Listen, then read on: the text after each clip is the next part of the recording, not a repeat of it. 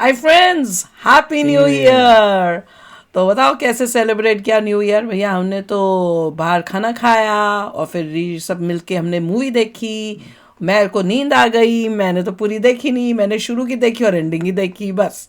तो ये था हमारा न्यू ईयर का सेलिब्रेशन। और आप बताना आप लोगों का न्यू ईयर का सेलिब्रेशन कैसा रहा। तो अभी हम जो देख रहे हैं वीडियो वो भी पिछले साल से रिलेटेड है और हम देखेंगे बेस्ट मेल्टडाउन्स ऑफ 2025। पिछले साल के बेस्ट मेल्टडाउन्स। ये तो अजीब लगता है बोलते हुए पिछले साल के। तो चलो देखते हैं, वीडियो शुरू करते हैं। वीडियो शुरू करने से पहले अगर आप चैनल पर नए हो और आपने अभी तक सब्सक्राइब नहीं किया तो जल्दी से पहले सब्सक्राइब के बटन और बेल आइकन को क्लिक कर लो ताकि आपको हमारे सारे न्यू वीडियोस के नोटिफिकेशन मिल जाए जैसे हम अपलोड करें। अगर आपको वीडियो पसंद आता है प्लीज लाइक एंड शेयर। चलिए शुरू करते हैं। और महाअवतार नरसिम्हा वो शुरू हो चुकी है फिल्मी रिएक्ट में। तो अगर आप भी इंटरेस्टेड हो देखने में हमारे साथ तो ज़रूर उधर वहाँ जाके उसको भी सब्सक्राइब कर लेना। चैनल 2 पार्ट्स मेरे ख्याल से आ चुके हैं और आगे जल्दी जल्दी बाकी पार्ट्स भी इस साल हम ख़त्म कर देंगे। चलो वीडियो शुरू करें। देखिए साल खत्म होने वाला है, एक नया साल शुरू होने वाला है और मैंने सोचा कि चलिए हम एक बार साथ में मिलकर 2025 को रिकैप करते हैं। अब देखिए आपको पता ही है कि हमारा चैनल मेल्टडाउन्स कवर करने के लिए फेमस है। तो मैं सोच रहा था कि 2025 में एक्चुअली अगर आप सोचे तो काफी बड़े बड़े मेल्टडाउन्स हुए हैं। तो हमारे बिहार मेल्टडाउन सेलिब्रेट करते हुए इधर आइए अंदर हम और आप मेल्टडाउन। मिलकर 2025 के सबसे बेहतरीन मेल्टडाउन्स को साथ में रिलीव करते हैं। तो वेलकम टू शाम शर्मा शो का यूट्यूब रिवाइंड 2025। हेलो, शाम शर्मा शो के इस एपिसोड में आपका बहुत बहुत स्वागत है। मैं हूँ सेकुलरिज्म का सीईओ शाम शर्मा और आप सबको एक सेकंड। तो देखिए भारत में बड़े बड़े मेल्टडाउन्स तो हुए हैं, कुछ ट्रेजेडीज भी हुई हैं। सबसे बड़ी उनमें से एक ट्रेजेडी थी जो पहलगाम में आतंकवादी अटैक हुआ था। और याद करिए जब वो अटैक हुआ था उसके बाद पाकिस्तान में बैठे कई लोग और भारत में बैठे उनकी कुछ नाजायज औलादें कह रही थी कि भारत कुछ नहीं करेगा, भारत की कुछ औकात नहीं है। जब भारत प्लान कर रहा था कि किस तरह से रिस्पॉन्ड किया जाएगा पाकिस्तान को, तो लोग मजाक उड़ा रहे थे कि इनकी कुछ औकात नहीं है, इनकी कुछ बस की नहीं है। लेकिन क्या बस की है, ये भारत ने ऑपरेशन सिंदूर करके पूरी दुनिया को प्रूव कर दिया। और ऑपरेशन सिंदूर के समय पे सिर्फ पाकिस्तान में ही नहीं बल्कि भारत में रह रहे पाकिस्तान की जो नाजायज औलादे हैं उनकी भी बड़ी बड़ी मेल्टडाउन्स हुए थे। भारत ने तेल लगा लिया डाबर का और पिछवाड़े में दे दिया बाबर को। साउथ दिल्ली की लावण्या जो है ये ऑपरेशन सिंदूर के लिए हिंदुत्व को ब्लेम कर रही है। वो फेमिनिस्ट इन्फ्लुएंसर कह रही है कि वॉर का रीजन मोदी है, पाकिस्तान ने तो भैया कुछ किया ही नहीं है। मोदी तो बस ऐसी सुबह सुबह उठा, दांत ब्रश कर रहा था और सोचा चलिए पाकिस्तान पे बम गिरा देते हैं। पहले डांट रहे थे कि मोदी एक्शन क्यों ले रहा है, अब मोदी ने एक्शन ले लिया तो बोल रहे मोदी ने एक्शन क्यों लिया। एक और पाकिस्तानी है लॉर्ड का फैक्ट चेकर जो भारत में बैठ के पाकिस्तानियों के लिए फैक्ट चेकिंग कर रहा है। मसूद अजहर की फैमिली के मरने का दुख जितना मसूद अजहर को हुआ हो, जितना पाकिस्तान में हुआ हो, उससे ज्यादा दुख राजदीप सरदेसाई को हो रहा है। नीचे लोग कमेंट कर रहे sorry for your loss Rajdeep. Thankfully एक आदमी है जो इकलौता हिंदू मुस्लिम दोस्ती भारत में कराने में लगा हुआ है। एक आदमी है जो इकलौता गांधी जी का सपना भारत में पूरा करने पे लगा हुआ है और वो है असदुद्दीन ओवैसी। असदुद्दीन ओवैसी से ज्यादा किसी भी ऑपोजिशन लीडर ने इस पूरे सिचुएशन में पाकिस्तान को नहीं पेला है। तो आइए साथ में सेलिब्रेट करते हैं भारत की फ्लैगशिप। नहीं, he is not a great guy. Thank you for telling us that Kirana Hill houses some nuclear installation. We did not know about it. Okay. And we've not hit Kirana Hills, whatever is there. Okay. I did not brief in my briefing yesterday. ये इतनी बुरी तरह से अनप्रिपेयर्ड थे India के इस attack के लिए कि उनका defence minister global news channel पे जाता है और उनसे जब एंकर पूछती है कि भाई क्या प्रूफ है आपके पास कि आपने इनके रफाइल गिरा दिए हैं, तो इनका ये जवाब है। Pakistan claims it shot down 5 Indian Air Force jets and a drone, as I understand it. India says there's no evidence of that, no proof. So can you provide more detail? Hold on. Can you provide more detail? Allegation of 5 fighter jets shot down. Where's the evidence for that, sir? It's all over the social media, Indian social media, not on our social media. क्या बकवास argument है, social media पे proof है। हमारा defence minister interview दे रहा था तो इस तरह के इंटरव्यू तो मैंने जब सुना तो मैं हैरान हुआ कि एक एंकर उससे पूछते हैं कि आप कह रहे हैं कि पाकिस्तान ने 5 जहाज गिराए हैं, इसका कोई प्रूफ कोई सबूत है? तो ये कहता है सोशल मीडिया। अफसोस की बात है, इस तरह का जवाब इसको देना चाहिए था। भैया ये अगर आपने अपने यूनिवर्सिटी के असाइनमेंट में लिख दिया कि भाई प्रूफ क्या है, अरे सोशल मीडिया पे प्रूफ मौजूद है, फेल कर देगा प्रोफेसर आपको। और ये सारा डिफेंस मिनिस्टर है पाकिस्तान का, तो इसने अपने 3 कठपुंजिये भेजे हैं और उनकी प्रेजेंटेशन भी इतनी बकवास थी। आप देखिए ये फोटो इंडिया से कॉपी किया था। आप अपने सिविक्स प्रोजेक्ट में जिस तरह की प्रेजेंटेशन बनाया करते थे पावर पॉइंट की, बच्चे आजकल उससे बेटर बनाते हैं। कुछ प्रूफ नहीं दिया, कुछ पिक्चर नहीं दिया, बस वाइब्स। और उसके बाद इस तरह के स्टेटमेंट दे रहे साले। उसके अंदर जो इस्लाम है, it is part not personally of our beliefs of each one of us, it is part of our training, it is part of our faith. बुरा हाल है। ईमान, तकवा, जहाद फी सबिलिल्लाह, That's what drives us. That's our motto. And Goodness. Alhamdulillah, we have a chief of army staff who has a strong belief. इन इस्लाम तो leadership ये जो लग होती रहा है, जो ऊपर होती है, उसका जो बिलीफ होता है, उसकी जो कमिटमेंट होती है। यार अगर जिहाद आपका इतना बड़ा मोटिवेटर है तो आपके 9 आतंकियों के हेडक्वार्टर उड़ गए, 11 एयरफोर्स के बेस उड़ गए। I think you need a new motivator. Operation Sindoor के बाद सबसे टेलिंग जो बात थी वो थी कि पाकिस्तान सिर्फ फेल नहीं हुआ बल्कि चाइना भी एक्सपोज हो गया। चाइना ने बेसिकली बच्चों के खिलौने एयर डिफेंस सिस्टम बोल के पाकिस्तान को चिपका दिए कि ये साले अनपढ़ गवार अपना कचरा माल दिया और उनको। देखिए चाइना से मैं डिसएग्री भी नहीं कर सकता क्योंकि ये पाकिस्तानी खुद ऐसी बातें बोलते हैं। Now identifying S-400, attacking them is a easier part than identifying it on ground because it's mobile, it's a high value thing, and to guard it, it's kind of a center of gravity. तो सिर्फ इतना ही नहीं हुआ, तो पाकिस्तानी कुछ समझ नहीं के जो इंडियन नाजायज औलादे हैं उनका और मेल्टडाउन इस बात पे भी हुआ अंग्रेजी कि में बहुत गवर्नमेंट ने कमजोर हैं। शशि थरूर को चूज किया एक इंडियन डेलीगेशन को हेड करने के लिए जो वर्ल्ड वाइड गई और ऑपरेशन सिंदूर का क्या पर्पस है और ऑपरेशन सिंदूर ने क्या अचीव किया है उसको एक्सप्लेन करने के लिए। तो शशि थरूर और ओवैसी जैसे लोगों को यूज किया गया वेरी स्मार्टली इंडिया का पोजीशन पूरी दुनिया के सामने रखने के लिए। ये भी एक बहुत बेहतरीन मेल्टडाउन का सोर्स था। तो उसके बाद बात करते हैं, देखिए भारत में 2025 में कुछ बड़े बड़े स्टेट इलेक्शंस भी हुए हैं। अब देखिए 2024 में एक सेटबैक हुआ था बीजेपी को, उसके बाद काफी लोग कह रहे थे कि देखिए बीजेपी का मैजिक खत्म, मोदी का मैजिक खत्म, बीजेपी की अब कुछ बस की नहीं रही। कई सारे जो एंटी बीजेपी लोग हैं और कई सारे ऐसे लोग भी जिन्हें प्यार से जीत गए ना ब्लैक बिहार पिलर में। या और भी प्यार से भोसड़ पिलर कहा जाता है। तो ये जो 2025 का साल है, Important ये था ब्लैक जीतना पिलर्स और बीजेपी भोसड़ का। पिलर्स के लिए भी अच्छा साल नहीं रहा है क्योंकि कई एंटी बीजेपी लोग और कई ब्लैक पिलर्स जो हैं ये बहुत दिल बनाकर बैठे हुए थे कि देखिए कुछ भी हो जाए किसी न किसी तरह से 2025 में दिल्ली में बीजेपी हार जाए, लेकिन हुआ कुछ और। तो आइए उन मेल्टडाउन को रिव्यू दिल्ली में तो जीतती भूल ही गई मैं तो। अस्पताल बनाने की गुहार करने वाले मनीष सिसोदिया के पास तो अल्फाज ही नहीं है। सर क्या कारण देखते हैं इसका? केजरीवाल को इतने सदमे में चले अभी तक नहीं बताया। जेल से बताएंगे। केजरीवाल भड़वा है, केजरीवाल आतंकवादी है। मैंने कहा खुद को बोल रहा है। तब एक केजरीवाल पैदा हुआ था। केजरीवाल कमीना है, केजरीवाल घटिया है। पूरी की पूरी आम आदमी इसकी पार्टी में mistake सिर्फ थी। एक इंसान खुश है और वो है आतिशी मार लेना जी। ये भी मुझे कमाल तो की बात अजीब यार लगती कि है ना। उनके बॉस हारे हैं इतनी बुरी तरह से और वो ऐसे पार्टी मना रही है। केजरीवाल भी उनको देख के वो सोच रहे जीतती है ना इसलिए। मेरी मौत का तमाशा देखने। लेकिन देखिए बीजेपी की जीत और आम आदमी पार्टी की हार में एक इंपॉर्टेंट माइलस्टोन हमें मिस नहीं करना चाहिए और वो है राहुल गांधी जो एक वर्ल्ड रिकॉर्ड के और भी करीब पहुंच गए। राहुल हारने गांधी के। के पहले पॉलिटिशियन हैं इतनी बारी हारा। 90 इलेक्शन हार चुके हैं। यार कसम से यार जब राहुल गांधी जी ने बोला था कि वो तपस्वी हैं तपस्या का मतलब शरीर में गर्मी पैदा करना, समझिए। तो मैंने उस समय उन पे विश्वास नहीं किया था, बट ऑनेस्टली यार बात तो सही है। क्लियरली इनको कोई इंटरेस्ट नहीं है इलेक्शन जीतने में, ये बस तपस्या करना चाहते हैं। मोह माया में कोई इंटरेस्ट ही नहीं है इनको। अब ये देखिए 90 नॉट आउट हो चुके हैं। He is only 10 away from a century. वो भी हो जाएगा। तो आइए हम सब मिलकर मिलेंगे। राहुल गांधी जी को फुल सपोर्ट देते हैं। हाँ, तपस्या 10 तुम आगे जल्दी बढ़ो, देंगे। हम तुम्हारे साथ हैं कि आप 100 इलेक्शन हारे प्लीज। तो इसीलिए आप कमेंट सेक्शन में कमेंट जरूर करें #pray for राहुल सेंचुरी। एक तरफ राहुल जी हैं जो तपस्या में लीन है, दूसरी तरफ प्रियंका जी हैं जिनको पता ही नहीं कि इलेक्शन में चल क्या रहा है।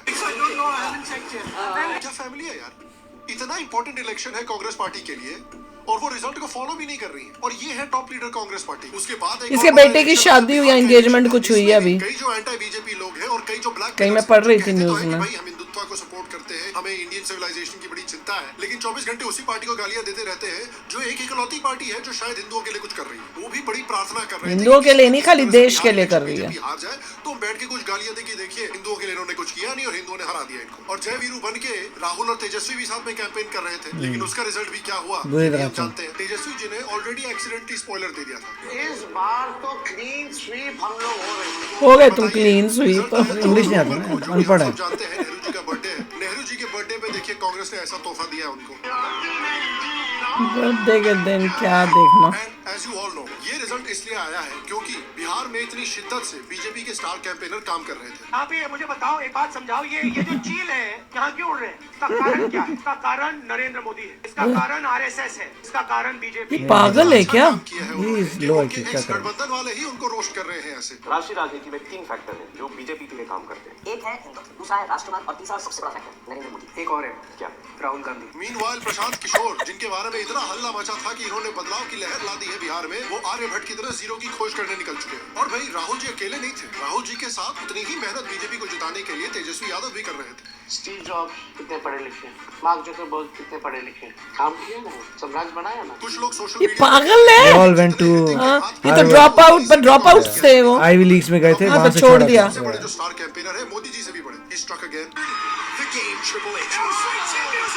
राहुल ने कांग्रेस को मारा, बीजेपी हैरान हो गया, देख रही है क्या कर रहा है, मुझे मारना था। की सेंचुरी कंप्लीट करने वाले हैं। और ऑनेस्टली श्याम शर्मा शो की तरफ से मैं राहुल गांधी जी को ऑल द बेस्ट बोलना चाहता हूँ। होपफुली राहुल गांधी आने वाले सालों में डबल सेंचुरी भी कंप्लीट करें। एक बड़ा इंटरेस्टिंग ग्राफिक आया है कि जहां जहां राहुल गांधी जी ने कैंपेन किया है वहां बीजेपी एक बड़े मार्जिन से जीती है। आरजेडी भी ये रिजल्ट देख के राहुल गांधी को ऐसे ये देख रही है। डेक्स्टर का है। देखिए लालू राहुल गांधी को क्या बोल रहा है। हाथ जोड़ के आपसे गुजारिश करता हूँ, मेरे बेटे का फ्यूचर बर्बाद मत कीजिए। बेचारा तेजस्वी भी परेशान है राहुल गांधी से। तब से तेरा दुबला देखा, तब से तू बोलता है अभी ठीक करके देता हूँ, अभी ठीक कर देता हूँ, ये कभी ठीक करेगा। इसकी गारंटी मैं नहीं दे सकता। राहुल गांधी राहुल गांधी जी ने इलेक्शन के बाद आपने मारा उसको?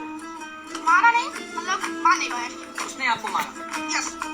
और पब्लिक का जवाब भी बड़ा इंटरेस्टिंग मेरे को तो बनाना पड़ा चला। इतनी बुरी तरह से फेल हुए बिहार में। कौवा जो है ना, मैं मोर का पंख लगा लेगा तो वो मोर नहीं बन पाएगा। और बड़ा इंटरेस्टिंग मेलडाउन हुआ है उन इन्फ्लुएंसर्स का जो अपने आप को न्यूट्रल बोलते हैं बट असलियत में राहुल गांधी जैसे पॉलिटिकल इनसाइडर को सपोर्ट करते हैं। ये लोग 2024 में जब बीजेपी की 240 सीटें आई थी तब कह रहे थे कि देखिए द पब्लिक हैज स्पोकन। अब कह रहे हैं कि भैया इलेक्शन रिग कर दिया गया है इसलिए हमको वोट नहीं आया। यहाँ भी इनको रोस्ट किया जा रहा है। इनके ट्वीट के नीचे लोग बोल रहे हैं कि भैया जितनी कांग्रेस को सीटें आई है उससे ज्यादा तो तुमने ट्वीट करके रखा हुआ है। और मैं इनसे पूछना चाहता हूँ यार, हमारा कुत्ता कुत्ता तुम्हारा कुत्ता टॉमी। जब बीजेपी जीतती है तो वोट चोरी, जब कांग्रेस जीतती है तो पब्लिक हैज स्पोकन। फिर देखिए पाकिस्तान को न सिर्फ जंग के मैदान में कुत्तों की तरह पेला गया है बल्कि स्पोर्ट्स के मैदान में भी कुत्तों की तरह पेला गया है। बहुत सारे इंडिया के लोगों की तरह मैं भी ये मानता हूँ कि इंडिया को किसी भी स्पोर्ट टूर्नामेंट में पाकिस्तान के साथ खेलना नहीं चाहिए, खासकर इस तरह के बड़े इंटरनेशनल टूर्नामेंट्स में तो बिल्कुल ही नहीं। क्योंकि आप याद रखिए कि जब भी पाकिस्तान के साथ इंडिया खेलता है तो पाकिस्तान क्रिकेट प्लेयर्स और पाकिस्तान क्रिकेट बोर्ड के पॉकेट में पैसा जाता है। ये वही पाकिस्तानी क्रिकेट प्लेयर्स हैं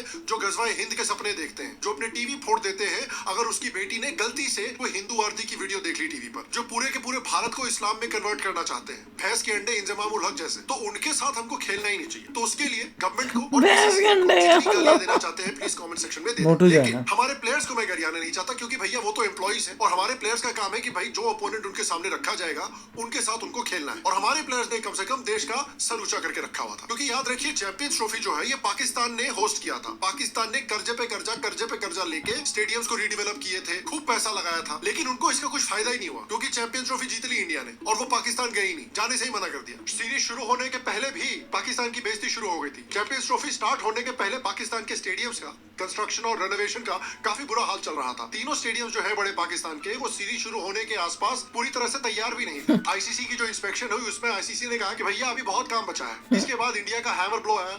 इंडिया जो कि सबसे बड़ी और इंपॉर्टेंट क्रिकेटिंग कंट्री है उसने पाकिस्तान जाने से साफ मना कर दिया। इंडिया ने बोला कि देखो भैया हम चैंपियंस ट्रॉफी तभी खेलेंगे जब आप हाइब्रिड मॉडल करेंगे क्योंकि खेलना ही नहीं चाहिए पाकिस्तान के साथ। हाइब्रिड तो दूर की बात है। इंपॉर्टेंट रिसोर्स है अननोन गवर्नमेंट की वजह से।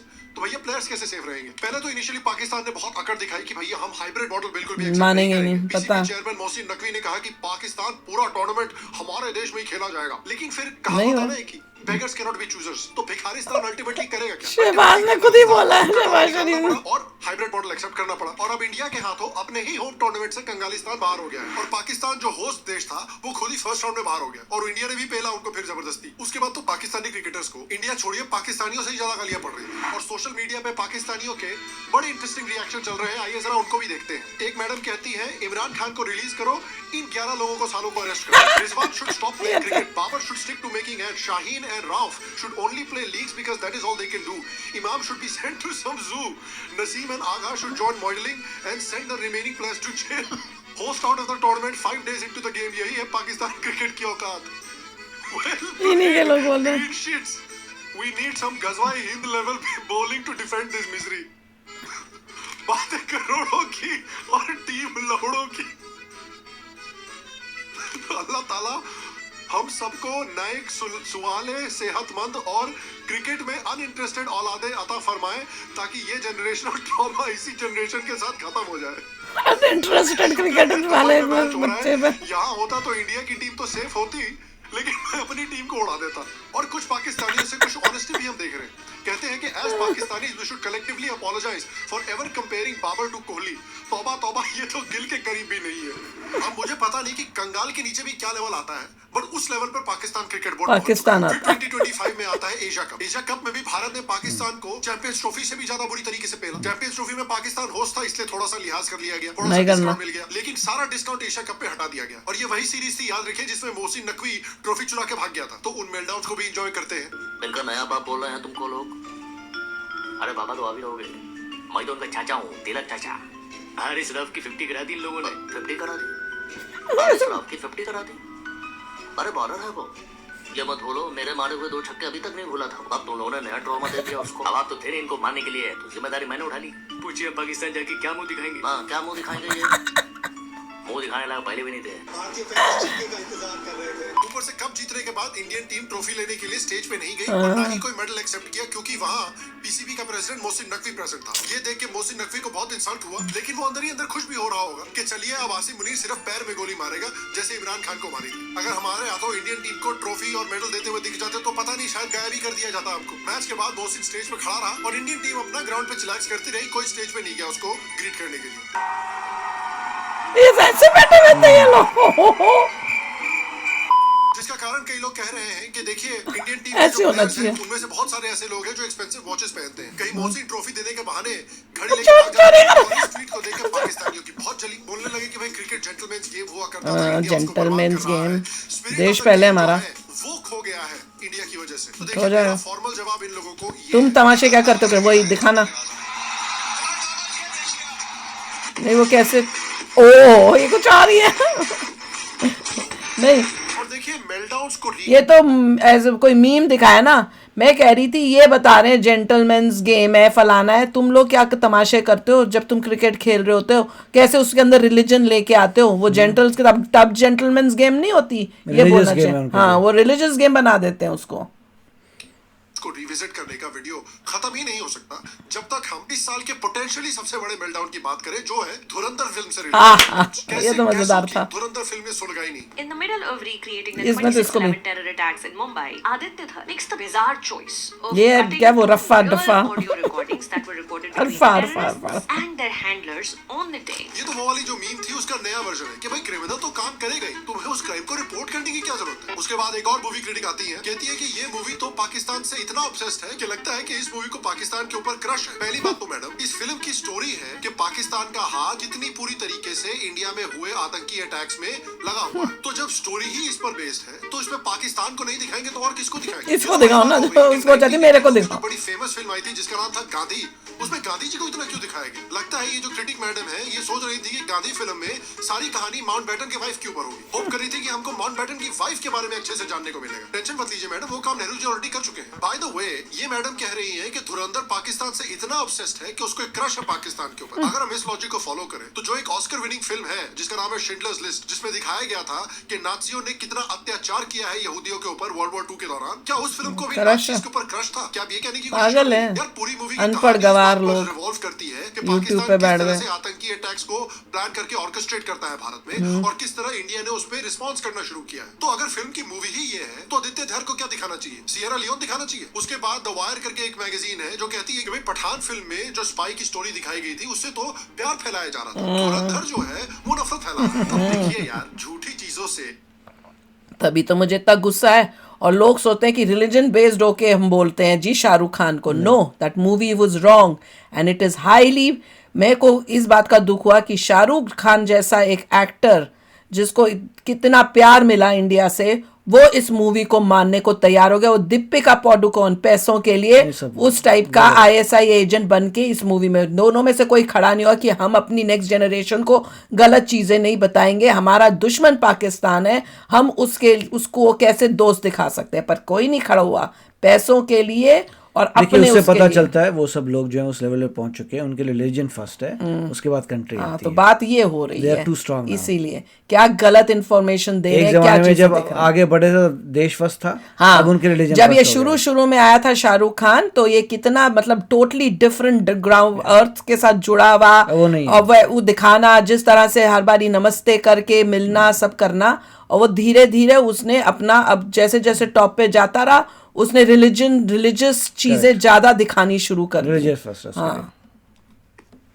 आप को आप जब भी झूठ बोलते हो तो हमेशा आपको अच्छा ही लगता है ना। सच्चाई कभी कभी कड़वी भी होती है। अपने आप को सुबह उठ के रोज बता सकते हो कि भाई तमन्ना भाटिया आपके साथ सीक्रेटली प्यार में है, तो अपने आप को ऐसा झूठ बोलकर आपको अच्छा तो लगेगा, लेकिन जब शाम हो जाती है, जब रियलिटी होती है, तो रियलिटी थोड़ी अलग होती है। अब क्या करें। एक और मूवी रिव्यूअर है जिनको बड़ी परेशानी हो रही है कि धुरंधर में भगवत गीता का श्लोक कौन डालता है, और देखिए किस तरह से ये भगवत गीता को अटैक कर रहा है। ऑफ कोर्स यार, मैं ये प्रॉब्लम समझ सकता हूं। इस मूवी में ख्वाजा मेरे ख्वाजा या कुन फाया कुन जैसी कवाली डालना चाहिए थी, तभी तो ये आदमी खुशी खुशी इजैकुलेट करता ना थिएटर में। फिर एक बड़े यूनिक इंसान आते हैं, वो कहते हैं कि उनको इस फिल्म से प्रॉब्लम इसलिए है क्योंकि जो पाकिस्तानी इस्लामिक आतंकवादी हैं, उनको दिखाया गया है कि वो फिल्म में ओला उबर बोल रहे हैं, बिस्मिल्लाह बोल रहे हैं। अरे भाई, तो और क्या बोलेंगे यार? ये बुद्धिस्ट थोड़े हैं तो जय बुद्धा थोड़ी बोलेंगे, ये जैन थोड़ी है तो जय महावीर थोड़ी बोलेंगे, अबे ये जेडाई थोड़ी है मे the force be with you थोड़ी बोलेंगे। धुरंधर फिल्म को क्रिटिक्स ने प्रोपेगेंडा बता के 800 करोड़ तक का बिजनेस करवा दिया, लेकिन 1000 करोड़ तक पार करवाने के लिए हमारे जर्मन मौलाना साहब आए थे फिल्म की मदद करने। हमारे देश के सबसे अनबायस्ड इन्फ्लुएंसर ने कहा कि वो एक वीडियो में फिल्म को, पता नहीं मेरे को क्या सोचता है कि मैं क्या बन गया हूँ। भाई साहब ने फिल्म के 800 करोड़ बन जाने तक वेट किया, उसके बाद इसको डिस्ट्रॉय कर रहे हैं। थोड़ा पहले आ जाते, लेकिन फिर भी उसके बाद उन्होंने निकाली अपनी मैग्नम ओपस वीडियो। धुरंधर को एक स्टूपिड मूवी कहते हो। अब भाई साहब इस फिल्म को डिस्ट्रॉय करना चाहते थे, लेकिन फिल्म तो उनके वीडियो के निकलने के बाद और भी अच्छा बिजनेस कर रही। बाहुबली का 9 साल पुराना रिकॉर्ड था जब उस फिल्म ने डे 16 पर 36 करोड़ कमाए थे। उस रिकॉर्ड को इनके वीडियो निकलने के बाद धुरंधर ने तोड़ दिया जब डे 16 पे उसने 38 करोड़ रुपीस कमाए। और उल्टा दुग्गल मियां के ऑडियंस ने उनके ऊपर ही ऑपरेशन सिंदूर चला दिया। लोग कह रहे हैं इफ ऑडियंस से मरवाना had a face. Comment section में बवंडर हो रखा है। लोग कह रहे हैं उसने कमेंट सेक्शन ही अपना वो कर दिया था। फिर लोग कह रहे हैं बहुत दर्द हुआ है बेचारे को, कुछ लोग कह रहे हैं कीड़ा सिर्फ दांत में नहीं होता गाइस। हालत ऐसी हो गई है कि हमारे डेमोक्रेसी के धुरंधर, कॉन्स्टिट्यूशन के क्रूसेडर, फ्रीडम ऑफ स्पीच के फिदायीन ने तो अपने वीडियो के कमेंट्स ही रिस्ट्रिक्ट कर दिए। वही तो बता रही हूँ, याद है मुझे। फेवरेबल कमेंट्स आ रहे थे वो डिलीट भी कर दिए इन्होंने। और देखिए मुझे समझ नहीं आ रहा, ये एंड ऑफ द ईयर का मेल्टडाउन है, लास्ट मेल्टडाउन। सिर्फ कुछ सालों पहले ही इन्होंने ये कहा था। पद्मावती मूवी को अपोज करने वाले लोग कहते हैं कि भाई हमारी हिस्ट्री बिगड़ रही है, तो भाई अगर एक मूवी हिस्ट्री को बिगाड़ सकती है तो जाओ तुम भी फिल्म डायरेक्शन में कोर्स करो, अपनी मूवी बना दी ना, दिखा दिए, तो तुमको क्यों तकलीफ हो रही है? अब क्यों आपकी इतनी जोर से चल रही है कि अटलांटिक के क्रॉस मेरे को यहाँ तक बदबू आ रही है? भाई आदित्य धर ने वही किया है जो आपने फिल्म मेकर्स को कुछ साल पहले करने को बोला था, लेकिन दुग्गल मियां से रहा नहीं गया। उन्होंने देखा कि मूवी ने 800 करोड़ कमा लिए है, तो भाई मेरी रिस्पॉन्सिबिलिटी बनती है कि इस मूवी को वो हर रॉन्ग चीज को राइट बोलता है और हर राइट चीज को रॉन्ग। पता नहीं बंदे में गड़बड़ दिमाग क्या है। असलियत ये है दोस्तों कि भारत सरकार ने कंसिस्टेंट, असलियत ऐसे तो लोग दिखाने के लिए बड़ा नॉलेजेबल कुछ नहीं है। भारत सरकार ने मना हमसे पूछो यार, इमीडिएटली वी कैन जज अ पर्सन। 2016 का ये आर्टिकल देखिए, जनता जो उसको फॉलो करती है, इतनी पढ़ी लिखी नहीं है। वही ना, बड़ा दुख होता है देखकर। फिल्म ऐसे ही एक सीक्रेट एजेंट को हीरो की तरह पेश करती है। यार जर्मन शेपर्ड लेवल का लॉजिक दे दिया। बस ऐसे ऐसे करके दिखा दो, हम बड़े नॉलेजेबल हैं। डिनाई किया है कि उन्होंने कभी भी कोई स्पाई भेजा है पाकिस्तान में ऐसा मिशन करने के लिए, और क्योंकि गवर्नमेंट ने डिनाई किया है इसलिए कभी हुआ ही नहीं। तू पागल है भाई, वो स्पाई है, जासूस। आपको पता है कोवर्ट ऑपरेशन का डेफिनेशन क्या होता है? मतलब ये ऑपरेशन कोवर्ट तरीके से किया जाता है। हमने वीडियो देखी हुई है, बताया भी था हमने सब। जी डोवल प्रेस कॉन्फ्रेंस करेंगे। नमस्कार, देखिए मैं बस एक ऑफिशियल रिकॉर्ड पे ऑफिशियल तरीके से आके अनाउंस करना चाहता था कि हम अगले हफ्ते अपने कुछ लौंडे भेजने वाले हैं पाकिस्तान में, जहां पे वो गैंग्स को इन्फिल्ट्रेट करेंगे, आतंकी ऑर्गेनाइजेशंस को इन्फिल्ट्रेट करेंगे, और एक एक करके जो सबसे बड़े गैंग लीडर्स हैं, जो सबसे बड़े आतंकी हैं, उनको एक एक करके साफ किया जाएगा। तो बस मैं पाकिस्तान में अपने दोस्तों को अनाउंस कर दे रहा हूँ, जरा उनका अच्छे से ध्यान रखना है। उनका जो काम है वो उनको अच्छे से करना है। खुद थोड़ी को एक्सपोज कर रहा है, अपने आप को बोलता है कि मैं लोगों का, इंडियंस का दिमाग खराब करने के लिए वीडियोस बनाता हूँ। वैसे ही स्पाई मूवी देखी है? कौन से स्पाई मूवी में उस कंट्री की गवर्नमेंट बोलती है कि देखिए हम एक अपना स्पाई भेज रहे हैं आपके देश में हाई वैल्यू टारगेट को खत्म करने के लिए? तो देखिए ये वीडियो इस साल को रिविजिट करते हुए, ये साल का आखिरी वीडियो है, अगला वीडियो जो आएगा वो नए साल में आएगा। तो ये मेल्टडाउन्स देख लो। अब मैं तो ये कहूंगी कि अब हमारे इस नए साल में 2026 में इससे भी बढ़िया बढ़िया धमाकेदार मेल्टडाउन्स हो इन लोगों के, क्योंकि इनके मेल्टडाउन्स जब होंगे तो समझो देश ठीक जगह पे जा रहा है, मूवीज ठीक जगह पे जा रही है। इंडिया में न्यूज आ रही नहीं आ रही, मगर इंडिया की गवर्नमेंट ने डिक्लेयर कर दिया है क्या कि हम 4th लार्जेस्ट इकोनॉमी बन गए हैं, और जापान के आगे चले गए। ओए very good very good very good. ये तो अच्छी बात है। नेक्स्ट टारगेट जर्मनी है, वो 3 साल में कवर कर लेंगे। 3 साल से पहले ही कर लेंगे। मोदी जी हैं तो वो भी जल्दी होगा। जैसे पहले था कि 4th बनने का टाइम था, उससे पहले ही बन गए, वैसे ही 3rd भी पहले हम बने थे एक्चुअली जापान से पहले, मगर जापान फिर आगे निकल गया था। हाँ। अब जापान को फाइनली पीछे कर दिया है। मैं तो 3rd की वेट कर रही हूं। अब जापान आगे नहीं बढ़ पाएगा, काफी मार्जिन हो गया। अब जापान को हरा दिया है। Very good. अब 4th लार्जेस्ट इकोनॉमी है। वाह। और बस अब जर्मनी बचाएगा। जर्मनी को भी जल्दी से 2 साल में कर देना चाहिए। उसके बाद 3rd हो जाएंगे, फिर बहुत टाइम लगेगा। हाँ वो तो लगेगा, पर 3rd तो बने। जिस कंट्री की सबसे टॉप की पॉपुलेशन है मैक्सिमम, 3rd बनना तो बनता ही है। पर वेरी नाइस भैया, न्यू ईयर के दिन ये इतनी अच्छी खुशखबरी है, बस ऐसे ही इंडिया जो है ना, वो कहते हैं ना दिन दुगनी और समथिंग तरक्की करे, वैसे होना चाहिए हर इंडियन के वो दिली ख्वाहिश है। तो चलो यार, आप भी शेयर करना अपने थॉट्स। चलते हैं, मिलेंगे नेक्स्ट वीडियो में बहुत ही जल्द। Till then take care and bye bye. तो अगर आप मेरे इस चैनल पे नए हो तो जल्दी से सब्सक्राइब के बटन को हिट करो और बेल आइकन को क्लिक करो, ताकि आपको मेरा जब नया वीडियो मैं लगाऊं आपको उसके बारे में जल्दी से पता चल जाए।